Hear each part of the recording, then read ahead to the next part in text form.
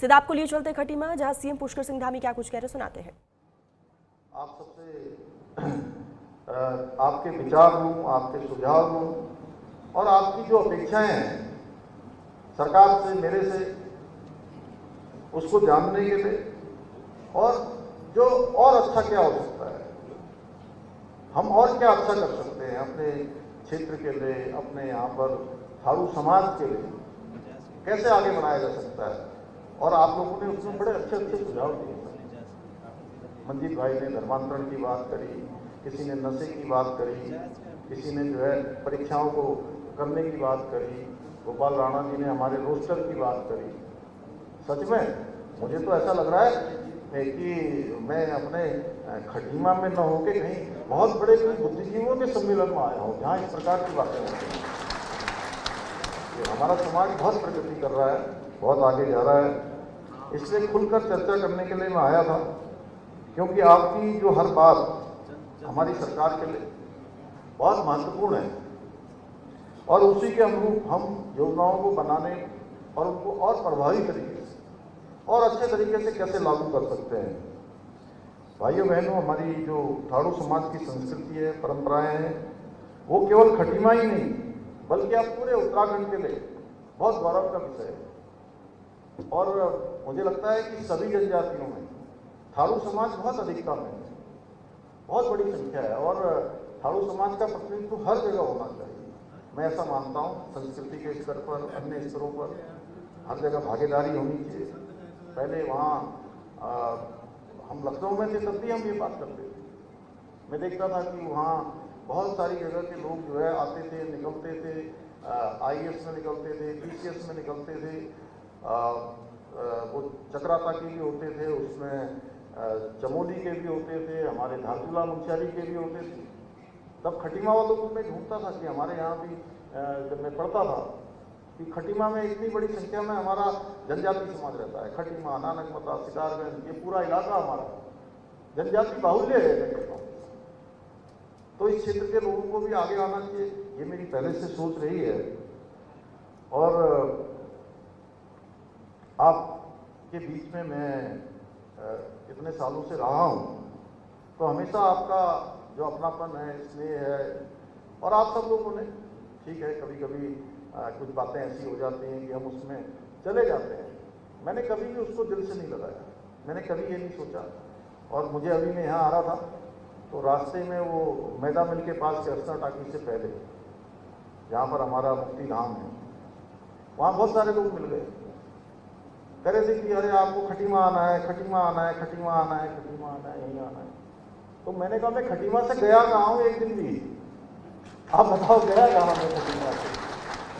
मैं तो खटीमा में ही हूँ। हर हफ्ते 10 दिन में मैं खटीमा होता हूँ। जितना मैं खटीमा के लोगों से मिलता हूँ उतना पूरे प्रदेश में कहीं के लोगों से नहीं मिलता हूँ। हर 10 दिन में, हर 15 दिन में, हर हफ्ते में मेरा खटीमा का कार्यक्रम होता है और सबसे मिलता हूँ जो भी आते हैं। यहाँ पर कैंप कार्यालय खुला हुआ है, कैंप कार्यालय लगातार जारी है। हर बार वोट करने, चाहे विधानसभा हो, लोकसभा हो, है या नगर पालिका में, रामू भाई आपके में तो वोट हमारा है नहीं, हमारा वोट ग्राम प्रधान में है, जिला पंचायत में है, BDC में है, तो उसमें हम हर बार वोट देने आते हैं। तो हम गए कहाँ यहाँ से? गए मंजिल गए क्या? तो हम आपके बीच में हैं और हैं, थे, हैं और आप ही के बीच में रहे, आप ही के बीच में। और आज सच में आप लोगों के बीच में आकर बड़ा सुखद हो रहा है कि मुझे लग रहा है कि मैं अपने सब परिवार के लोगों से मिल रहा हूँ, सब परिवार में आया हूँ। ये कोई मुझे कार्यक्रम नहीं लग रहा है, मुझे लग रहा है कि परिवार के लोगों के बीच में उनसे मिला हूँ, उनकी बात सुनी है, अपनापन, वही पुरानी बातें याद आ रही हैं, बचपन की बातें याद आ रही हैं। जब जब मैं आपके चेहरों को देखता हूँ तो वही बचपन याद आता है। हमारे गोपाल दा कह रहे थे कि हमने दिल में बसा रखा है, हमने भी आपको कभी दिल से बाहर नहीं किया है। हमेशा हम जो है यहाँ की चिंता करते हैं, जितने लोग मिलते हैं कोशिश करते हैं कि उनके साथ हमेशा बना रहे और हमारे प्रधानमंत्री जी के सशक्त नेतृत्व में पहली बार देश की आज़ादी के जनजाति समाज को सशक्त बनाने के लिए, मजबूत बनाने के लिए जो काम हुआ है वो पहले कभी नहीं हुआ। जनजाति समाज की जो आदिवासी क्षेत्र की महिला, एक सामान्य परिवार में पैदा होने वाली संथाल जो हमारे वहाँ के आदिवासी हैं, उस समाज से आज वो पूरे देश का नेतृत्व कर रही है। हमारे प्रधानमंत्री मोदी जी की ये सोच है। आप देखिए, राष्ट्रपति जनजाति समाज, इससे बड़ी सोच क्या हो सकती है जनजाति समाज के लिए। इसलिए हमारा भी प्रयास है शिक्षा, स्वास्थ्य, रोजगार, इन सभी क्षेत्रों में इन सुविधाओं को और मजबूत बनाया जाए। इस दिशा में काम करते हुए अटल आवास योजना, इसको हमने और व्यवहारिक बनाया है। घर निर्माण की लागत में बढ़ोतरी की है ताकि अधिक से अधिक परिवारों को इसका लाभ मिल सके। उधम सिंह नगर में इस योजना के लगभग 3 करोड़ रुपए से अधिक की अभी तक सहायता यहाँ प्रदान हुई है। प्रधानमंत्री आवास ग्रामीण योजना में भी बड़ी संख्या में हमारे जनजाति परिवारों को आवास मिले और आगे भी ये प्रक्रिया चल रही है। और मुझे बताते हुए विशेष प्रसन्नता है कि जो प्रधानमंत्री आवास योजना है ग्रामीण की, उस योजना में जिन लोगों को घर मिले हैं और इस वर्ष जो आवेदन आए हैं उनमें लगभग 28% हमारे जनजाति परिवारों के हैं, एक बड़ी संख्या है। इसके अलावा प्रधानमंत्री जनधन आवास योजना के तहत पहले चरण में इस जिले में 824, दूसरे चरण में 101 घरों का निर्माण किया जा रहा है। शिक्षा के क्षेत्र में भी हमारी सरकार जनजातीय समाज को सशक्त बनाने के लिए काम कर रही है। जनजाति कल्याण विभाग के माध्यम से आश्रम पद्धति विद्यालय, छात्रावास, ITI संस्थान, इसमें करोड़ों रुपए की धनराशि दी गई है जिससे बच्चों को और बेहतर सुविधाएं मिलें। इन आश्रम पद्धति विद्यालयों को कक्षा 12 तक अपग्रेड करने का काम भी किया जा रहा है कि उनका उच्चीकरण हो, जिससे कि उनको अनवरत रूप से वहीं पर शिक्षा का अवसर मिले। इसके अलावा एकलव्य मॉडल आवासीय विद्यालयों के माध्यम से भी आज जनजाति समाज के बच्चों को बहुत अच्छी शिक्षा मिल रही है। वहीं रह रहे हैं, वहीं पर उनको ड्रेस मिल रही है, वहीं किताबें मिल रही हैं, वहीं रहने की व्यवस्था है, भोजन की व्यवस्था है, सभी प्रकार की सुविधाएं हैं जो एक अच्छे मैं कह सकता हूँ अच्छी शिक्षा जिसके मानक होते हैं उस प्रकार की शिक्षा है। और खटीमा में भी बालिका छात्रावास के लिए भी हमने 4 करोड़ स्वीकृत किए हैं। बाजपुर में 16 करोड़ रुपए से अधिक की लागत विद्यालय और छात्रावास का निर्माण वहाँ पर किया जा रहा है। अभी गदरपुर में 100 बेड का बालक छात्रावास बनाया जा रहा है। थारू राजकीय इंटर कॉलेज में भी 2 करोड़ रुपए की लागत से खेल मैदान, उसका सौंदर्यीकरण, ऑडिटोरियम और आधुनिकीकरण, भवन मरम्मत का कार्य भी किया जा रहा है। यहाँ तो आपको पता ही है, मेरे को बोलने की जरूरत नहीं है। हमारे रविंदर जी ने बहुत विस्तार से बता ही दिया है सारा काम किस प्रकार से हुआ है। हमारा ये उद्देश्य है कि हमारा जनजाति समाज पूरी तरह से आत्मनिर्भर बने और इसके लिए हमारी सरकार पूरी प्रतिबद्धता के साथ काम कर रही है। राष्ट्रीय ग्रामीण आजीविका मिशन के माध्यम से उन्हें रोजगार मिले, प्रशिक्षण मिले, आत्मनिर्भरता के अवसर प्रदान हों। वन धन केंद्रों के माध्यम से जो तैयार उत्पाद हैं उनको बाजारों से जोड़कर उनकी आय बढ़ाने का काम हो रहा है।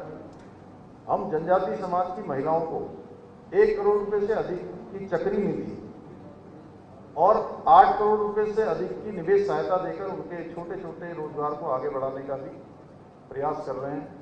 मुझे ये बताते हुए संतोष हो रहा है कि मुख्यमंत्री सीमांत क्षेत्र विकास कार्यक्रम के तहत वर्ष 2020 से 2025 तक 10 करोड़ रुपए से भी अधिक की विभिन्न योजनाएं सफलतापूर्वक पूरी हुई हैं। इसके अलावा हजारों परिवारों को पेयजल, बिजली और गैस के कनेक्शन उपलब्ध कराए गए हैं। सितारगंज में एक थाड़ू विकास भवन का निर्माण किया जा रहा है। अभी मैंने उसके लिए धनराशि वहाँ पर स्वीकृत कर दी है। वहीं समाज कल्याण विभाग के अंतर्गत जनजाति क्षेत्रों में और भी बिल्डिंगें बनाई जा रही हैं, अन्य काम किए जा रहे हैं, स्कूल बनाए जा रहे हैं, भवन बनाए जा रहे हैं और इसके लिए यहाँ 2 करोड़ रुपए से अधिक की धनराशि स्वीकृत हुई है। बेटी की शादी के लिए भी 50,000 रुपये तक की आर्थिक सहायता भी प्रदान कर रहे हैं।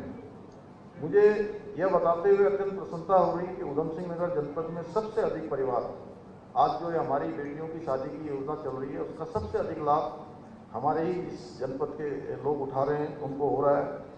इसके साथ ही उधम सिंह नगर, देहरादून, पिथौरागढ़ और चमोली में जनजातीय क्षेत्रों के विकास को गति देने के लिए अलग अलग जो जनजातीय कल्याण अधिकारी हैं उनकी नियुक्तियां भी हमने की हैं।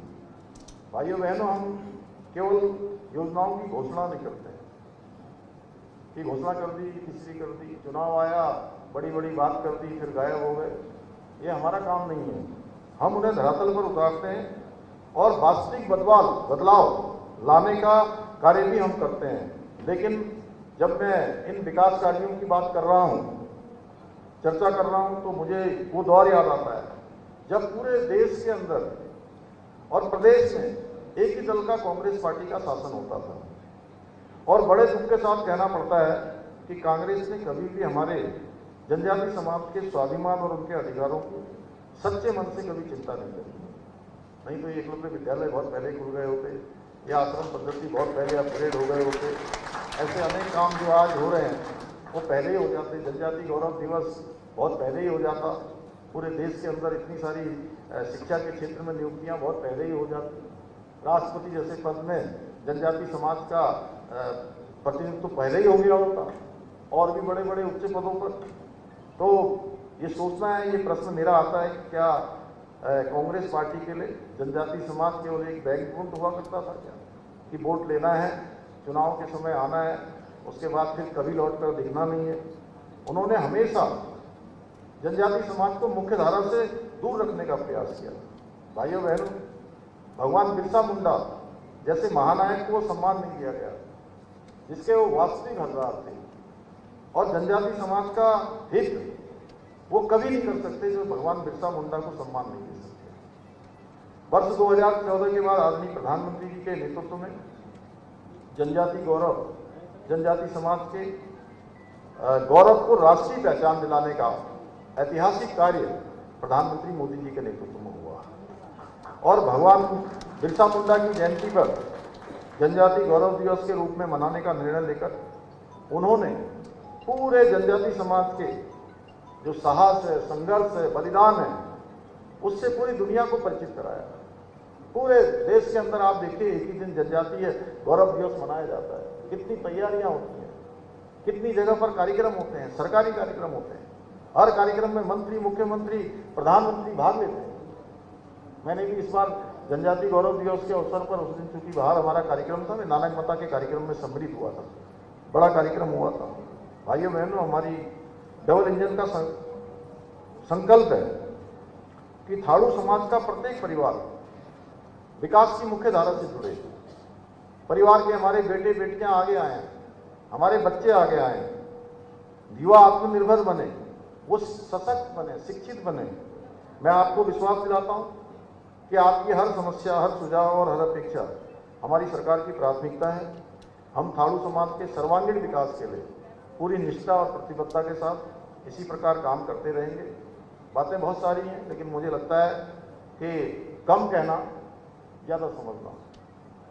और कई बार कहते हैं ना कि पूजा चाहे कितनी भी लंबी हो जाए, वो आपका ध्यान लगाने के लिए, विचार लगाने के लिए ठीक होती है, लेकिन पूजा में अगर एक सेकंड का भी भाव आ जाए तो उस भाव में भगवान मिल जाते हैं।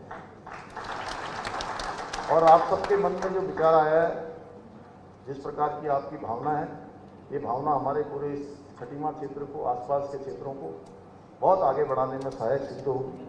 मुझे पूरा विश्वास है आप सभी का सहयोग और आशीर्वाद भी हमें मिलेगा, और हम सब मिलकर उत्तराखंड को देश का सर्वश्रेष्ठ राज्य बनाने का जो हमारा विकल्प नहीं संकल्प है, उस संकल्प को पूरा करने में अवश्य सफल होंगे। उसमें हमारा एक खटीमा क्षेत्र भी विकास की उस यात्रा में सहभागी बनेगा। विकास के इंजन को तेज दौड़ाने में यहाँ का भी हमारा भी योगदान होगा। इन्हीं शब्दों के साथ मैं आप सभी का हृदय से आभार व्यक्त करते हुए, आप सबका फिर से एक बार धन्यवाद करते हुए और सबके लिए मंगल कामना करते हुए, और अभी बड़ा सुंदर ये समय चल रहा है, श्रावण मास भगवान भोलेनाथ का है ना। हम लोग जो है कितना एक से एक भजन कीर्तन करते हैं, पूजा करते हैं, तमाम प्रकार के धार्मिक प्रयत्न करते हैं, धार्मिक कार्य करते हैं। तो मैं इस मास के लिए आप सबको बहुत बधाई देता हूँ। भगवान भोले हम सब पर कृपा करें। इतना ही आप सबसे कहते हुए अपनी बात को समाप्त करता हूँ। धन्यवाद।